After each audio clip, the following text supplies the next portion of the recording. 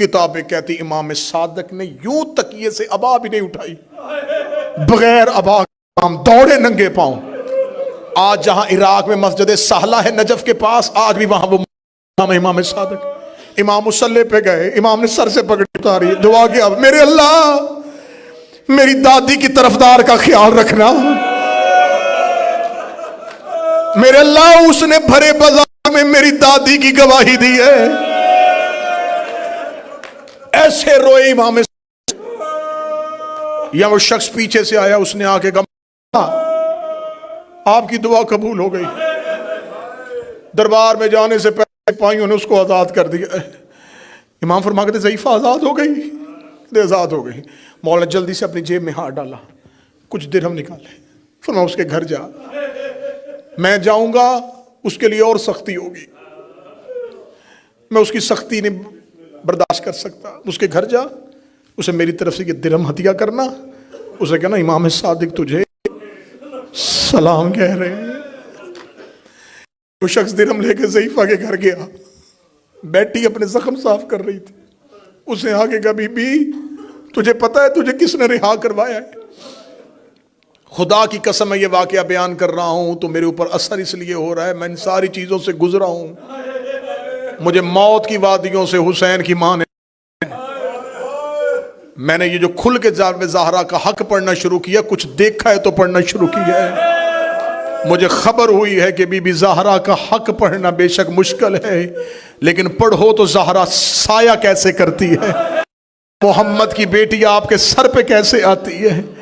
زخم صاف کر رہی تھی، یا اس شخص نے آ کے کہا بی بی امام نے مسجد سہلہ میں رو کے دعائیں کی ہیں تیرے لیے، اور امام نے یہ درہم بھیجے ہیں۔ درہم ضعیفہ نے ہاتھ میں پکڑے، روئی، رو کے کہتے لے جا، میرے امام کے قدموں پہ ہاتھ رکھنا، مولا سے کہنا مولا اس لالچ میں تو تیری دادی کا نام نہیں لیا تھا۔ شخص واپس آئے اور آگے کہتا مولا وہ کہہ رہی ہے کہ میں نے کسی لالچ میں تو آپ کی دادی کا نام نہیں لیا۔ امام کہتے کاش میرے پاس دینے کے لیے یہاں کچھ اور ہوتا، تجھے کیا خبر میں تجھے کیا دیتا، لیکن میرا وعدہ ہے بروز قیامت میں تیرا انتظار کروں گا، تو نے میری ماں کی گواہی دی ہے۔ کائنات کا مشکل کام ہے زہرا کے حق میں گواہی دینی۔ امام رضا علیہ السلام گھر میں بیٹھے گئے، امام محمد تقی کا بچپن ہے، یا زمین پہ لکیریں مارتے ہوئے امام تقی رو رہے۔ امام رضا نے پوچھا بیٹا رو کیوں رہے ہو؟ امام تقی نے یوں بابا کا چہرہ دیکھا، دیکھ کہتے کاش مہندی کی جگہ پہ ملتا، ان کو قبروں سے نکالتا جنہوں نے زہرا کو زخمی کیا تھا۔